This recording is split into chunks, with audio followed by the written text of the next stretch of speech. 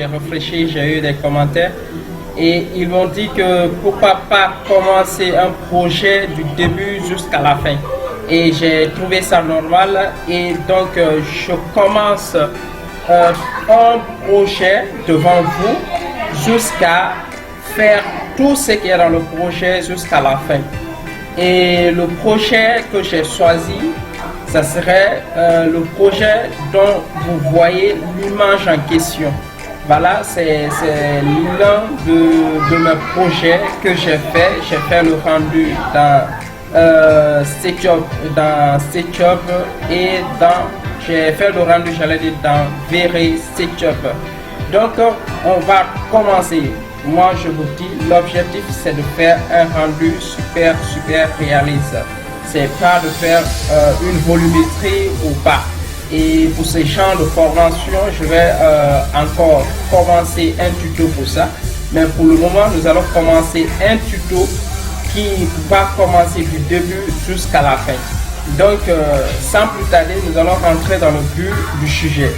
Donc, pour ceux qui utilisent Archicad, parce qu'ils m'ont dit souvent j'utilise Archicad, comment faire un rendu dans SketchUp. Or, je ne connais même pas les paramètres de SketchUp, donc j'ai réfléchi et dit non, ça c'est pas difficile. Si tu sais faire une volumétrie, un travail dans Archicad, le moyen pour amener Archicad à SketchUp afin de faire ton rendu, je veux te faire comprendre. Faire le rendu de V-Ray n'a rien à voir presque de SketchUp. Peut-être quelques outils que tu vas utiliser, que je vais t'aider à comment utiliser et à faire ton rendu sans que même tu n'aies maîtrisé SketchUp. Donc sans plus tarder, si tu as un logiciel Archicad, là je lance un logiciel Archicad 22, ceux qui ont 20, 19, 21, à peu près c'est les mêmes exportations de Archicad dans SketchUp. Donc ce projet je le lance. Voilà, j'avais fait déjà ces volumétries dans SketchUp. Ok, j'allais dire dans Archicad. Et vous allez voir comment on l'importe. Donc pour exporter, j'allais dire, exporter un logiciel, un projet Archicad à SketchUp. Un premier conseil est que si tu travailles en 2D, si tu es en 2D ici tel que ici au rez-de-chaussée, je te conseille de rendre ton projet en 3D. Si c'est en 2D, tu ne peux pas le convertir. C'est quand c'est en 3D que tu peux convertir. Donc si le projet est en 3D, tu rentres dans fichier, tu dis enregistrer sous. Enregistrer sous, c'est comme si tu enregistrais un élément Archicad à autre format. Ça peut être format Archicad 21 ou 22, ou j'allais dire 21 ou 20, ou bien dans SketchUp, ou bien dans DWG, ça c'est dans AutoCAD. Donc tu rentres dans enregistrer sous, tu rentres, tu viens ici au niveau de type, soit tu mets le nom, je vais mettre le nom, voilà, tuto, voilà, donc je mets le nom tuto 1, ok, et je viens dans type, je choisis SketchUp, voilà, vous allez voir SketchUp qui est là, voici le fichier SketchUp.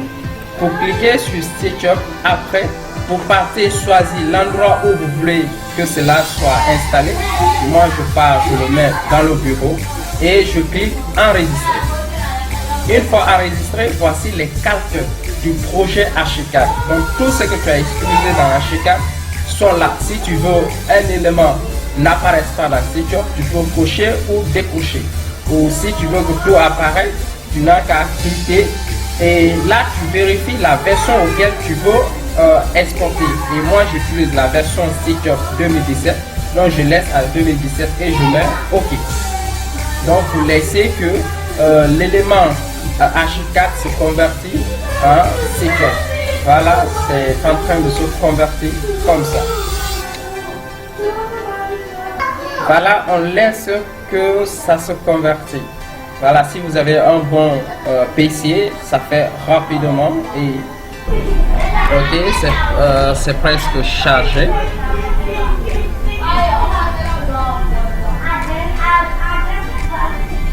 Ok, le fichier est converti. Ok, une fois que c'est fini de se charger, vous diminuez l'icône et vous allez voir automatiquement le fichier qui est là, qui est déjà chargé, qui s'est converti automatiquement en C-job.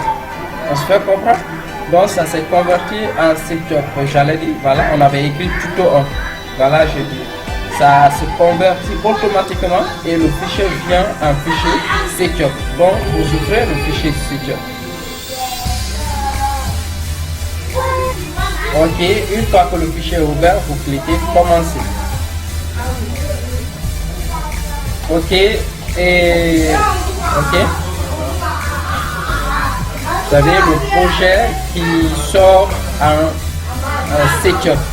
Donc c'était la première partie du projet que nous avons entamé ensemble, un début jusqu'à une fin. Donc c'est la première partie. Et je fais un autre tuto que vous allez accéder à la deuxième partie. Sans oublier, c'est une formation successive. Donc si tu ne fais pas le premier, tu ne peux pas faire le 2, tu ne peux pas faire le 3, surtout ceux qui sont nouveaux dans C-job. Donc je vous dis merci et n'oubliez pas de vous abonner, surtout de vous abonner et enfin d'avoir les prochaines vidéos que je vais lancer. Donc si tu ne partages pas, tu ne serais pas en live avec nous. Donc il faut partager, il faut t'abonner, il faut t'abonner pour être en live avec moi. Et il faut partager, et il faut aider, il faut commenter, surtout commenter, me dire les points que tu n'as pas compris et voilà. Et ensemble, nous lèverons nos défis. Donc je vous dis merci, n'oublie pas, abonne-toi. Merci.